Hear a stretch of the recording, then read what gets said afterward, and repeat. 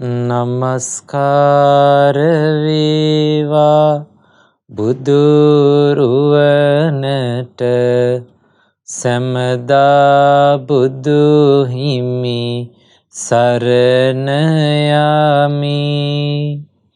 නමස්කාර වේවා ධම්රුවනට සැමදා සදහම් සරණ යමි. නමස්කාර වේවා සංඝරුවනට සැමදා මහා සංඝ සරණ යමි. නමස්කාර වේවා තුනුරුවනට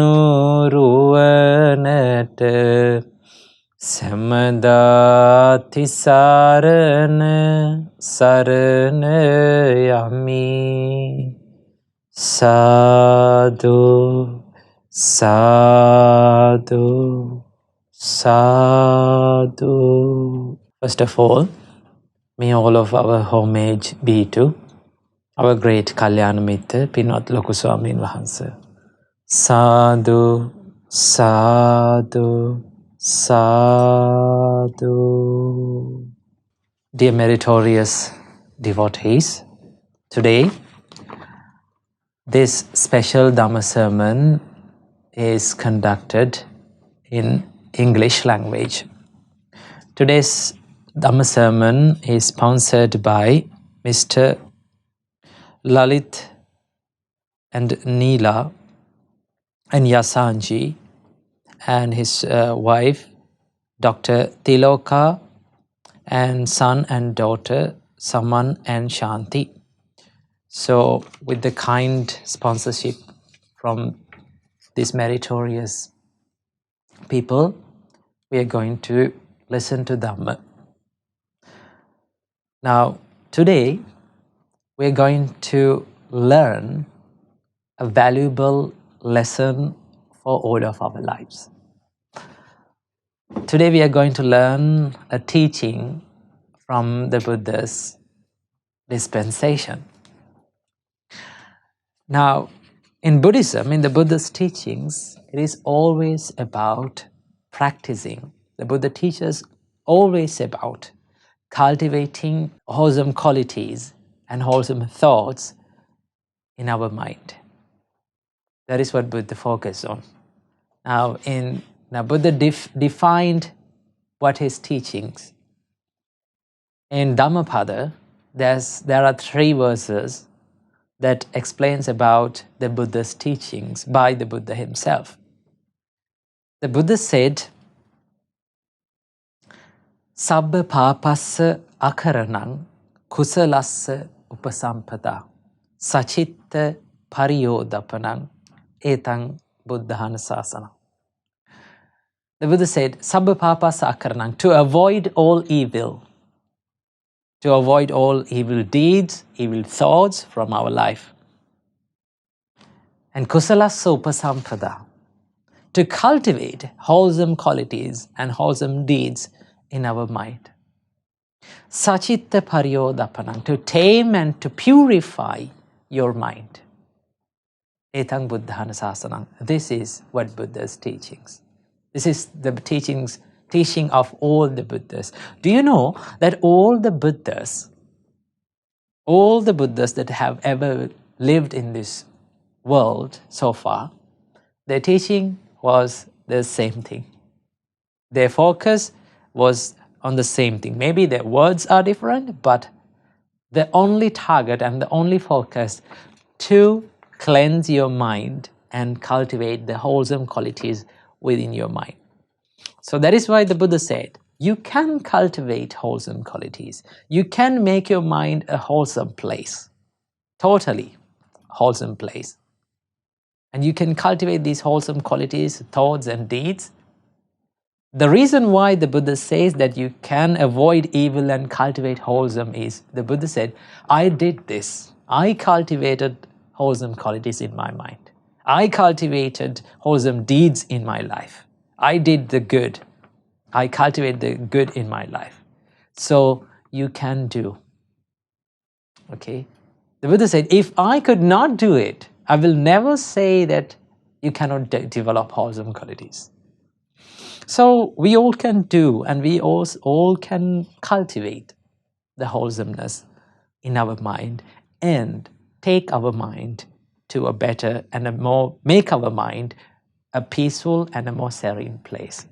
Because most of the time, our minds are not that peaceful, isn't it? Our society, our environment, our technology, everything that we see and everything that we experience most of the time throughout the day, they are built to make us distracted. Most of them are built to make us trigger our anger maybe, to trigger our jealousy, to trigger our lust, and to trigger our so many unwholesome thoughts that pop up in our mind. That is how this society and this environment made up of. So the Buddha said, it doesn't matter what environment you live. What matters the most is how you deal with these experiences. Okay? Now, for an example, anger is one of the major unwholesome thoughts and unwholesome quality that we all have within our mind. Okay? We lose our temper very easily. We can get angry with us in a snap of a time, right? Very easily we can just lose our temper and be angry with someone and yell at someone. That's happening in a very rapid way, okay? Because for a long period of time, we have cultivated this habit of being angry. Have you ever seen, there are some people in this society, okay, within even maybe there are with your society also. They hardly get angry, right? They don't lose their temper easily. Okay, they are born cool people. Okay, they're always cool and they are always fine, and no matter what other people say to them, no matter what other people does to them, okay, they just don't lose their temper. They have always cool and that peacefulness in their head. Why? What's the reason? What makes us different from the other people, those people? It's all about the habit. It's all about what we have practiced. Okay? If someone keep on being angry, and if someone keep on being angry for a long period of time, that makes a habit within us. That is why we are so good at being distracted and being angry and be yelling at other people, because we have done it for a long period of time. Once you do something for a long period of time, it is very difficult to stop. It happens automatically. We go to that autopilot mode. Isn't that true? Yes, there are so many habits that throughout the day that we do in these automatic habits. Okay? Same goes with anger. And also, Buddha said that if you need to stop anger, if you need to stay away from anger, if you need to remove anger, you got to practice love and kindness. You got to practice patience. You got to practice compassion. You got to practice the understanding. And when you practice it, that becomes a habit. Okay? Slowly, with the time, the habit of anger will fade away. But I know, now when I say this, so many people complain that, oh, it's very easy for you to say, but it's very difficult to do it. I know it is very difficult to do it. Okay? Not to be angry is very difficult. To be patient is very difficult. To understand someone is very difficult. To communicate with someone correctly is very difficult. To be patient, it is very difficult. None of these things are easy, because all of these qualities are so much valuable to your life. Okay? To our life, what makes our life so much valuable is our qualities that we have within our life, within our mind. Okay? If something is valuable, remember, if a quality in your life that is worthy, always, that is very difficult. Not only with these internal qualities, but also with the other things that we do in our physical world, you know. Let's say if you were to earn money, to earn a good money, is it easy? No, it's difficult. You have to dedicate, you have to sacrifice, you have to sometimes you stay awake at night. You have to dedicate your time, you have to dedicate your effort, you have to put your blood and sweat to that, and then you have to achieve it. Right? Once you achieve a quality, or once you achieve something with effort, by dedication, by sacrificing, you feel that value of that quality. Okay? You feel the value of that achievement. It means a lot to you, because you dedicated maybe a big part of your life to do that, to be that person. Okay? If we gain something, if we got something very easily, let's say you found something, now here's the thing. Have you seen, now do you know why the gems and the jewelries and gold and these precious metals, all of these things are so expensive? What's the reason? Because one reason is it is very rare to find. Okay, you don't find gold and gems on the street, right? When you walk, you don't find them, right? And one thing is that it is very rare, and one thing is very difficult to obtain. Okay, if you need to find the gems, you got to dig down to earth, and you have to find it. You have to have a big effort to do that. Okay, same goes with precious metals. So this makes that value, the rarity and the rareness and the difficulty to obtain it. That is why it is so precious. That is why these things means a lot to people. That is why they protect them. Same goes with the qualities, right? Good qualities, being patient, being a loving person, having a cool heart, you know, having a kind heart. It's very difficult to cultivate that, but we all need to cultivate that in order to find the peace. If you need to be in peace, if you like to be in peace, one thing that you have to practice is that coolness and the calmness in your heart. Okay? If you're cool and calm in your heart, then at the end of the day, you will feel happy, no matter what problem happens to you. Okay?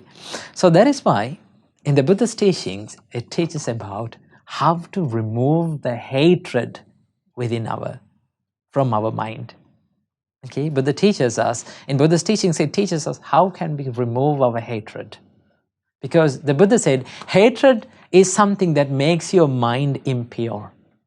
Just look at a time and an experience where your mind was filled with hatred. Let's say someone is scolding at you. Let's say someone is complaining at you, maybe yelling at you. Now you build up that anger, and you build up the difficult feeling, the toughness within your mind. You build up that hatred. What do you feel? Do you feel easy? No, we don't feel easy. Okay, just look into your mind. It is not in a good place. It is not in a wholesome place. So, if you need, the Buddha said, the focus of Buddha's teachings is to keep your mind in a wholesome state. That is why Buddha teaches you how can we remove anger. So there's a nice sutta, wonderful sutta, that Arahant Sariputta teaches us how can we remove anger in 5 ways. Now today we are going to discuss 5 ways that we can remove anger from our mind, or hatred from our mind. You know, the anger and hatred are 2 different things, right? You can be angry, but anger, the hatred is something that is beyond that. Okay, you can be angry with the person and just let go of that anger. But the hatred comes when you keep on building up that anger for a long period of time. You hold on to that anger for a long period of time. You don't like to let go of that anger, right? There are some experiences we all have gone through in our life of hatred, right? Sometimes we just become angry with a person and we come home and the whole day get worse, and you go to bed and you wonder what is going on, and you keep on building up all the thoughts in your mind while you're sleeping. You don't get the sleep and you stay awake at night. This happens for many people. It has happened to me, and it happened to anyone. So hatred is something that is something beyond to anger, but you hold on to that anger, right? When you hold on to that anger, that becomes the hatred. Hatred is far more dangerous, right? It's very dangerous. Anger is dangerous, okay? It's very dangerous. And hatred is way more dangerous, okay? It is something like, let's say, I will give you an example for you to understand hatred, how it works. Let's say you are driving a bull, okay, a cattle or a bull, okay, a cow maybe, okay. You hold on to that rope that is tied to the bull's neck, and you hold on to it. Now, what this bull wants to do is he wants to run away, okay. He needs to run, so what do? He pulls you. The more he pulls, we are not ready to let go of the bull. We are not ready to let go of that rope. What we are doing is we hold on tight to it. Okay, we grab it and we hold on to it tightly. The more we hold on to that rope, what will happen? The more we get hurt. Okay, the more tight you're holding on to something, the more hurt that you get in your hand.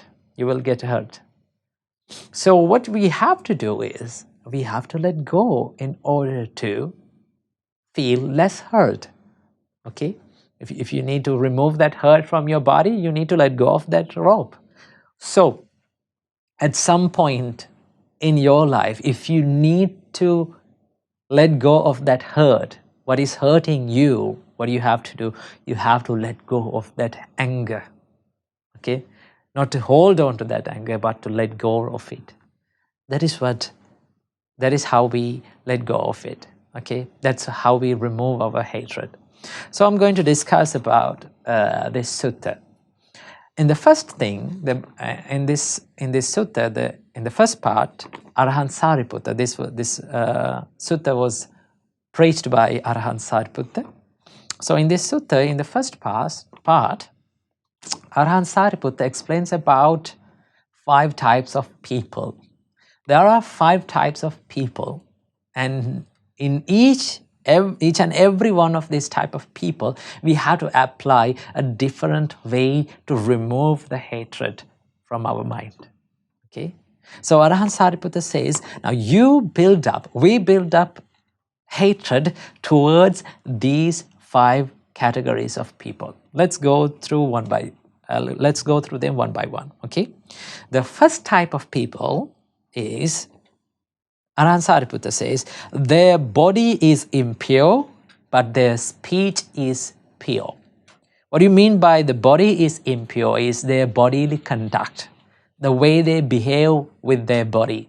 What do they do with their body? So in the explanations, the Buddha says, if someone behave impurely with their bodily conduct, that means he is killing animals. When you kill animals, that is something that makes your bodily conduct impure. Okay? When you kill animals, then when you steal other things, when you do sexual misconduct, when you engage in sexual misconduct, and when you consume alcohols, that is, what is it called, is the bodily impure conduct. Okay? That makes your the bodily conduct, the physical conduct impure.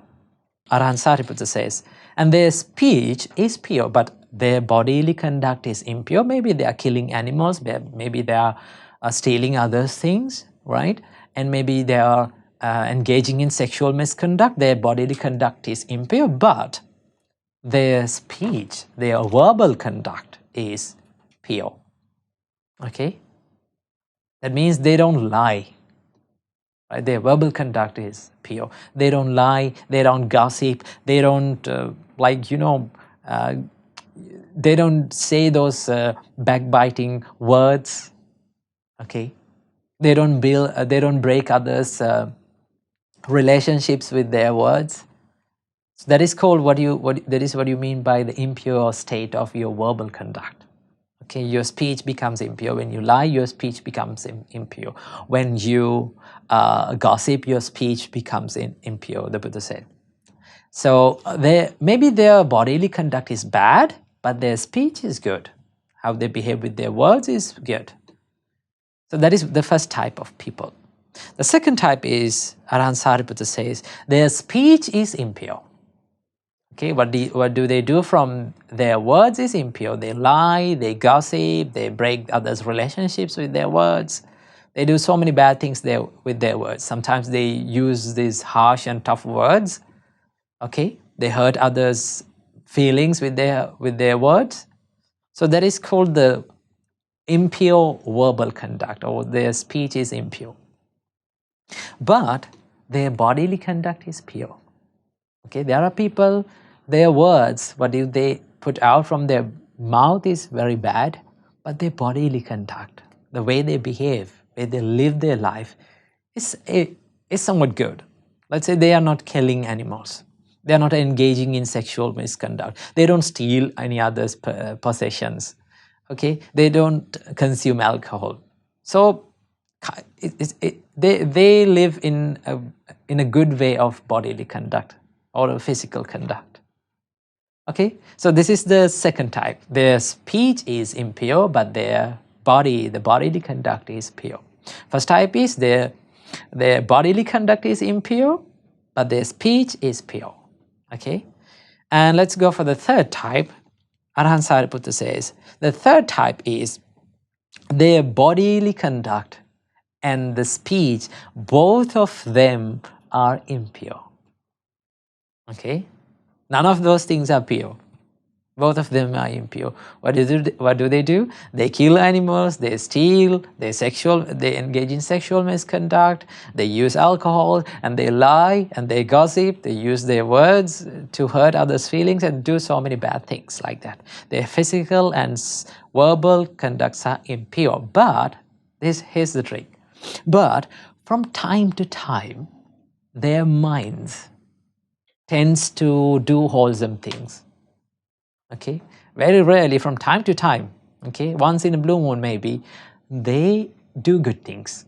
Maybe like help someone, maybe engage in meditation, maybe like going into a retreat and doing something spiritual, okay, and maybe helping other people, giving foods to people, giving foods to animals, maybe doing some charity work. So they tend to do some good things from time to time, but their bodily and verbal conduct is impure. That is the third type of people. And then here comes the fourth type of people.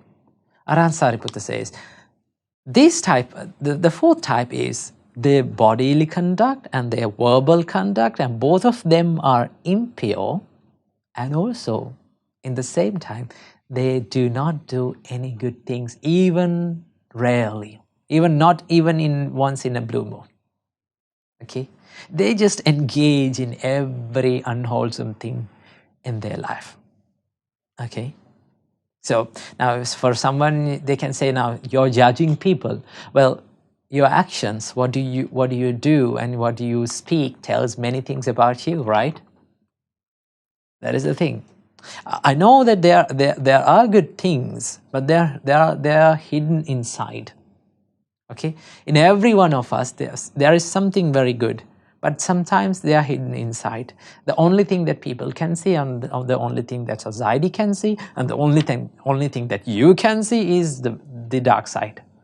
Because in that period of time, our mind is in our mind, the dark side is prominent.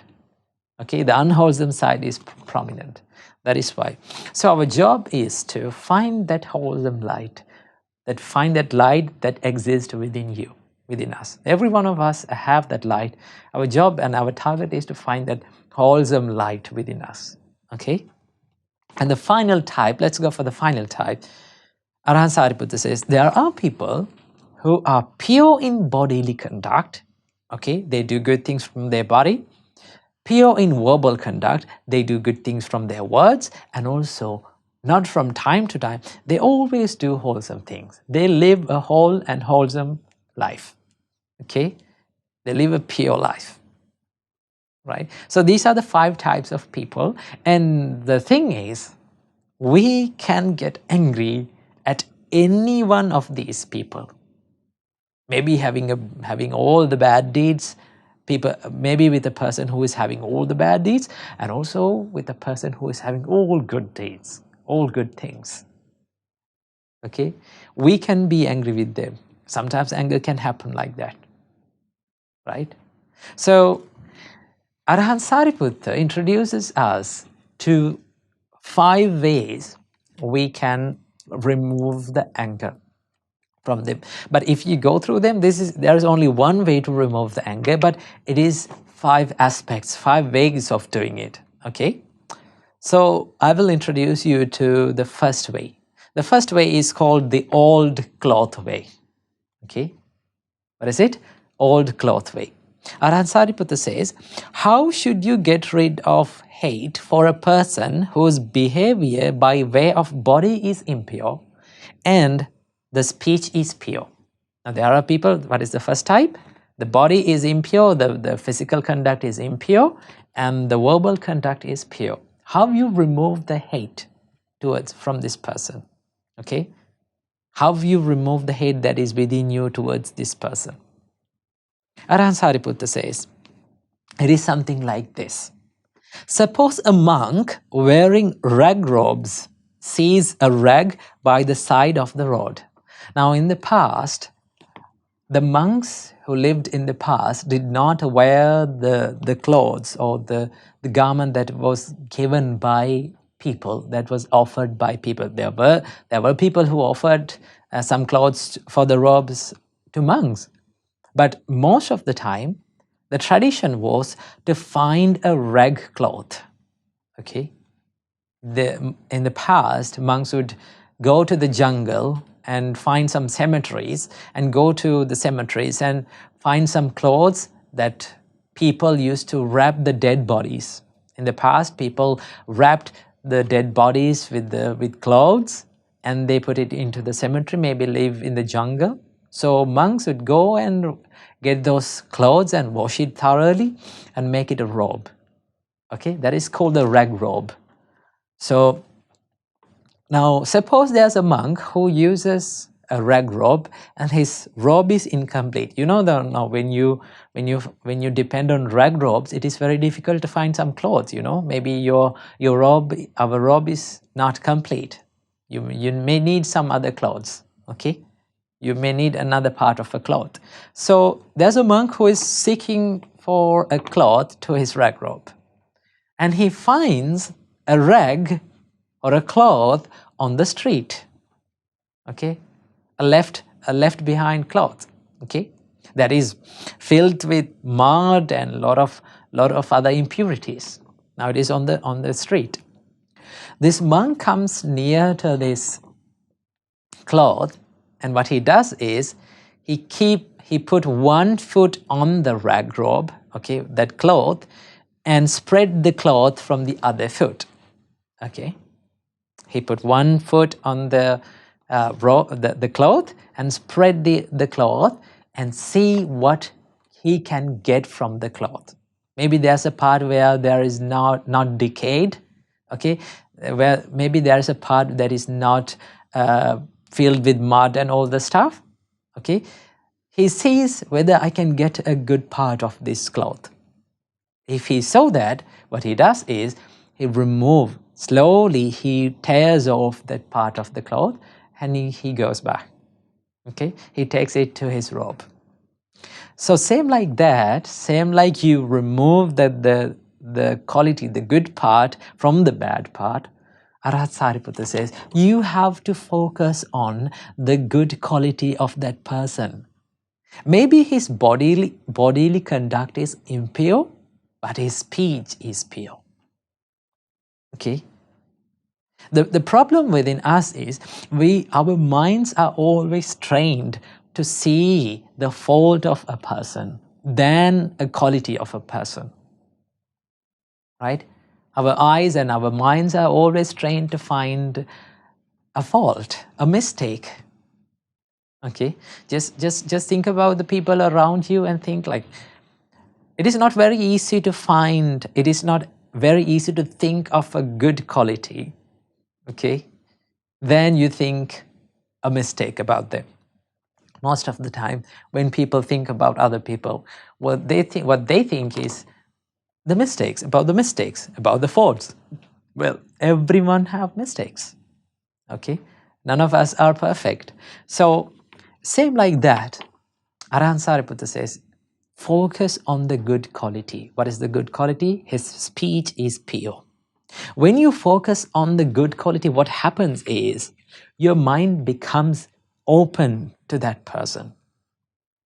Okay, now you can say now, okay, if you focus on only on the good quality and if you don't focus on the bad quality, how can we help that person? He's developing his bad qualities. Well, I know, but if you focus on the bad quality, what happens?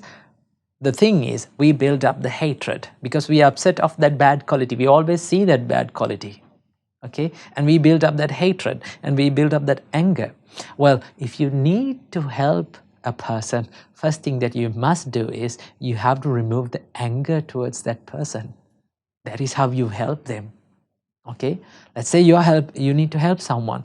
First thing that you have to do is, if you're angry with him, you have to remove the anger.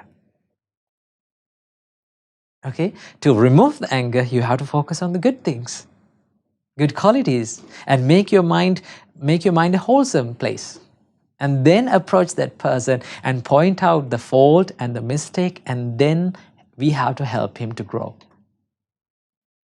Okay, we have to help him to grow. Let's say your children are not like that. Sometimes children have good and bad qualities, you know, all of them have.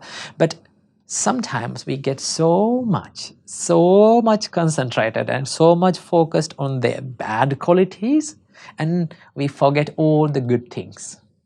But if you approach through a good quality and find the mistake and help them, chances are very high for them to correct their fault. We can correct their fault. Why we approach in the good way? Most of the time, we approach in the wrong way. We always complain about the bad quality and we criticize about the bad quality and just leave the good quality. Okay, one thing that we can do is, first of all, we can praise about what they do. Okay, you can praise about their good qualities. Okay, and then approach. You know you're doing all these good things, but in here you're making mistakes. So you need to make them correct. Okay, you need to make them correct. That is how you do it. Then if you approach in that way, they will surely listen to you. Okay, that is one way. That is called the old cloth method. Same like you're removing the good part, the quality part from an old cloth. You have to focus on the good qualities, so quality of that person, and then focus on making the bad quality, bad or the mistake correct. Okay, and here goes the second way of removing the hatred. Arahant Sariputta says, this method is called the pond covered with plants. Arahant Sariputta says, well, if there's a person whose speech is impure, but the bodily conduct is pure, now that is the second type of people. How you remove the hate towards this person? This is how you do it. Arahant Sariputta says, same like a person who is suffering from the thirst. Let's say a person is suffering from thirst. He is very thirsty and tired, and he feels the fatigue in his body. Okay, and he feels thirsty. He approaches a pond which is covered with moss and other aquatic plants. Okay, the whole pond is covered with aquatic plants and moss. Okay, the water looks green color, but there is water. Now the biggest thing that this person needs is water, some water to drink. Now he sees water, but it is covered with moss and plants. Okay, so now the biggest requirement of this person is water, but he does not see the moss. He does not focus on the moss. What he does is just slowly get down to this pond, and from his hand he remove all the moss from the pond, from the water, and take a handful of water and drink and quench his thirst. Okay, he did not want to drink and take this all the moss in his body to drink. He just focused on the water. Same like that, Arhan Sariputta says, you have to focus on the good quality, the wholesome quality that he's having. Maybe his speech is impure, but his bodily conduct is pure. When you focus on that, you can remove the hatred, you can remove the anger, because you focus on a good quality of that person. Okay, that is how we do it. And here goes the third way of removing the anger. It is called the cow's footprint method. How cow's footprint method works. This is to remove the anger to a person who has this bodily and verbal, physical and verbal conducts are impure, but from time to time they do good things. Okay, so what do you want to do? Just guess what you have to do. You just have to focus your mind on the good quality. What is the good quality? From time to time, he's doing good things. Okay? When you remember it, when you recall it, okay? When you focus your mind on that, it is very easy to remove the hatred. Once you remove the hatred, you can help that person. Okay? So it is same like a person who comes in. He also feels very thirsty, and he's tired and he's fatigued, and he sees water that is filled on a footprint of a cow. Okay, when cows walk on the rainy season on the mud, there's the footprint and the water get filled.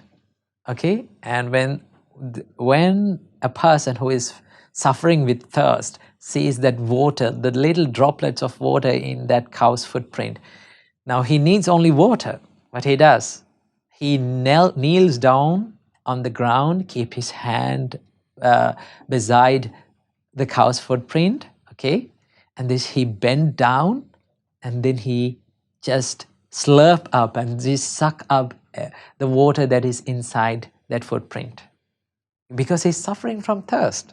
Same like that, you have to extract that good thing that prevails within that person, okay, that stays within that person. Try to extract that good thing and focus on it. Based on it, you can help that person to remove all the bad things in his life. Okay, that is one way of doing it. That is called the cow's footprint method. And this is the fourth method. This is called the sick traveler method. This sick traveler method is for a person whose bodily conduct is impure and verbal conduct is impure, and he never does, not even in once in a blue moon, he does a good thing. Maybe we cannot, it is very difficult to find a good thing about that person. So what are we going to do? That is one question that you come up with, right? Maybe there is a person, we cannot see any good of that person. Okay? We cannot find any good of that person. How we deal with this person? So Arhan Sariputta says, it is something like this. It is something like a sick traveler who is traveling in a desert, okay? And you see this person. He's sick and he's thirsty, he's fatigued and he's tired, okay? And he's in the middle of the desert. There's no way to go out. He's suffering. Okay, and you see this person, you're not in a state of helping that person. Now you cannot see any way of helping that person. So what you do? What you can do? The only thing that you can do is just feel that sympathy.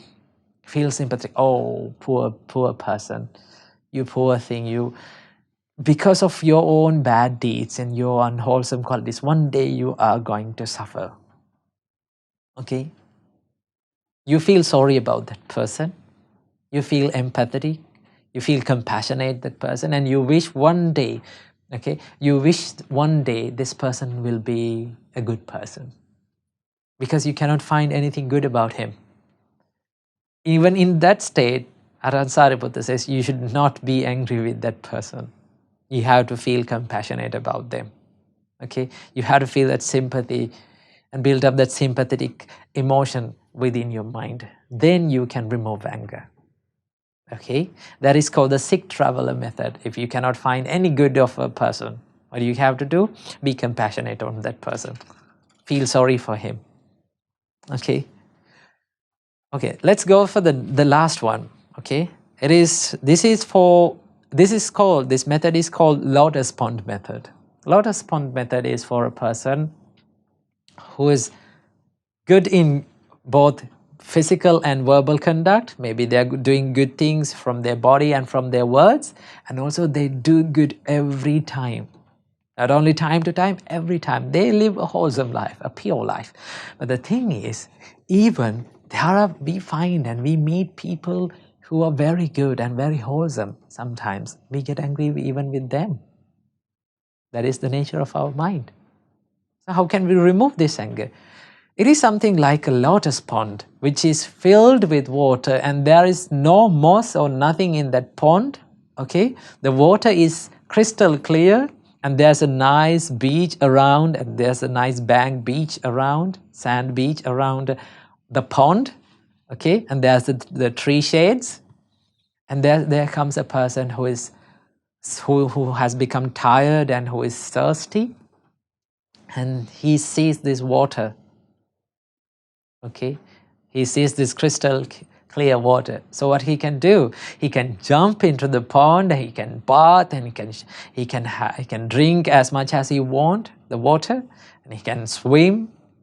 Okay, he can quench his thirst, and he can come out of that pond, and he can sleep under that nice tree shade and just remove the tiredness and that exhaustedness from his mind.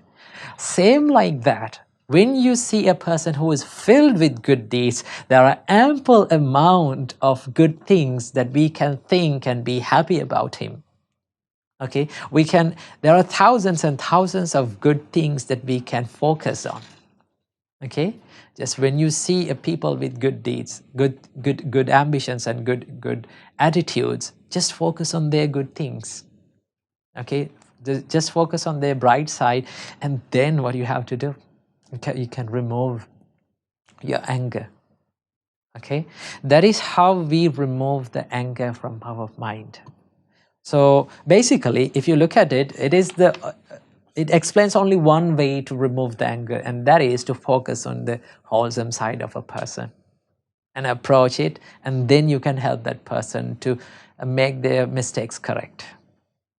Okay, so practice these methods, and see what we can do with people to help them.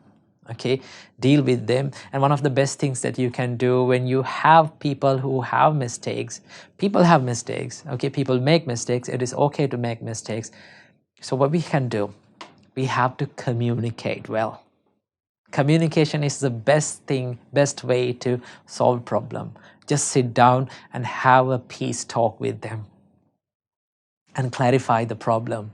Explain the mistake, explain what they are doing, and explain how you feel about them. And then you can solve the problem. So in this way, today we learned about 5 ways of removing the anger. So apply these methods and try to remove the anger from your mind. Namo Buddhaya. Now it is time to share the merits with all of you. First of all, today this Dhamma sermon, the special Dhamma sermon, is sponsored by Dr. S. Lalit, Neela and Yasanji, and his wife Dr. Tiloka, and their son and daughter Saman and Shanti. So first of all, let's share the merits that we collected today with all the gods who protect the Gautam Buddha's dispensation. May all the gods rejoice in this merit, and may they be well and happy. May they protect all the people who listen to this Dhamma sermon today, and may they protect all the members of the family who are sponsoring today for this Dhamma sermon. May all the gods realize Four Noble Truths in this Gautam Buddha's dispensation. Sadhu, sadhu, sadhu. And let's share the merits with all the departed relatives of all of us. May all the departed relatives rejoice in this merit, and may they be able to escape from this samsara as soon as possible. Sadhu, sadhu, sadhu. And especially let's share the merits with Dr. Chris Miller, whose who is celebrating his birthday on the 2nd of November. May Mr. Chris Miller rejoice in this merit, and may he be well and happy. May he live long. May he live a happy life. By the power of the Buddha, Dhamma and great Sangha, may he be able to realize Four Noble Truths in this Gautam Buddha's dispensation. Sadhu, sadhu, sadhu. And let's share the merits with all the people who are sponsoring for this Dhamma sermon today. Let's share the merits with Dr. S. Lalit, Neela and Yasanji, and his wife Dr. Tiloka, and their son and daughter Saman and Shanti. May all of them rejoice in this merit, and may they be well and happy. May they live long. May they live a happy life. By the power of the Buddha, Dhamma and Sangha, may they be able to realize Four Noble Truths in this Gautam Buddha's dispensation. Sadhu, sadhu, sadhu. And finally, may all of you rejoice in this merit, and may you be well and happy. May you live long. May you live a happy life. And may all of you be able to realize Four Noble Truths in this Gautam Buddha's dispensation. Sadhu, sadhu, sadhu. Namo Buddhaya. Teruvan Saranai. ඉතින් අප හැමදිනාටම කරුණානුකම්පාවෙන් අපගේ පින්වත් ස්වාමින්ද්‍රයන් වහන්සේ අද දවසේ උතුම් ධර්ම දේශනාවේ පවත්වා වදාලා අපට අනුකම්පා ඇති ඒ ගරුතර මහා සංඝරත්නයේ හැමදිනාම ආදර ගෞරවයෙන් සමා කොටගෙන වන්දනමාන කරමු. ස්වාමීනි අපගේ নমස්කාරය වේවා. ඉතින් ස්වාක්ඛාත උතුම් සදහම් දේශනය අද දවසෙත් සිදුකොට ශ්‍රද්ධා රූපවාහිනිය ඔස්සේ මුළු මහත් ලෝකයටම ශ්‍රී සද්ධර්මයේ දායාද කොටගෙන මේ මොහොතේ ධර්ම දානමය පින්කම ලෙසින් අප රැස් කරගත් මහත්ඵල මහානිසංස උත්තම පුණ්‍ය ධර්මය නොවලහාම අපගේ පින්වත් ස්වාමින්ද්‍රයන් වහන්සේටත් අනුමෝදන් වේවා. පුණ්‍යානුමෝදනාවෙන් පින්වන්ත මහ සංඝරුවන සුවපත් වේවා. අපගේ පින්වත් ස්වාමින්ද්‍රයන් වහන්සේට උතුම් චතුරාර්ය සත්‍ය ධර්මයේම අවබෝධ වේවා. සාදු සාදු සාදු. ඉතින් අද දවසේ ධර්ම ශ්‍රවණයට ඒකරාශී වුණු පින්වන්ත ඔබ හැමදෙනාම අපි තාම දයාවෙන් සිහිපත් කරගන්නවා. ඔබට ආරාධනා කරනවා නිරන්තරයෙන් ශ්‍රද්ධා රූපවාහිනිය ඔස්සේ රැඳෙමින් දුර්ලභ ධර්ම ශ්‍රවණයට අවස්ථා දායාද කරගන්නමින් ජීවිතයේ ධර්මයෙන් වෙනස් කරගන්න පින්වන්ත ඔබ හැමදිනාටම ධෛර්යය ලැබේවා කියලා අපි ප්‍රාර්ථනා කරන්නේ. 071 දුරකථන මාර්ග ඔස්සේ තොරතුරු විමසමින් මේ උතුම් ධර්ම දානමය පින්කම් මේ සදැහැති දායකත්ව බරපැන වෙන් කරගන්න පින්වන්ත ඔබට අවස්ථාව තිබෙනවා. ඉතින් ඒ සියල්ල සඳහා අපි ඔබට ආරාධනා කරනවා. ඉතින් තුනුරුවන් උදෙසා සිත මුදුන්පත් කොටගෙන ධර්මෙහි පිළිපදින්නට ජාතියට වාසනාව ධෛර්යය ලැබේවා කියලා අපි ප්‍රාර්ථනා කරනවා. මේ උතුම් ධර්මානුශාසනාව නැවත ඔබට සමීප කරමින් යලි අපි ඔබ මුණ ගැහෙනම් හැමදිනාටම සම්මා සම්බුදු සරණයි. නමෝ බුද්ධාය.